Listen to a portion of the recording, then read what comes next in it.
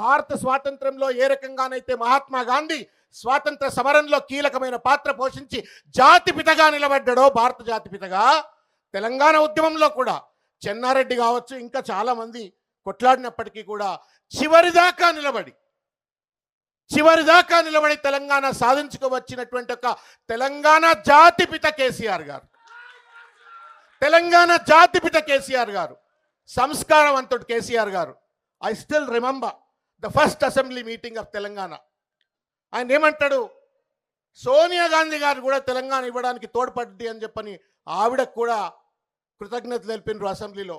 అది సంస్కారం, అది ఉద్యమ గౌరవం. అది ఇవాళ అదే పార్టీలో గద్దె మీద కూర్చున్నటువంటి వాళ్ళు వాళ్ళ కేసీఆర్ గారిని తూలరాడుతూ ఆయన వల్ల తెలంగాణ వచ్చిందా అని చెప్పని ఇవాళ అపహాస్యానికి గురి చేసేటువంటి ఒక ప్రయత్నం ఇవాళ చేస్తూ ఉన్నారు.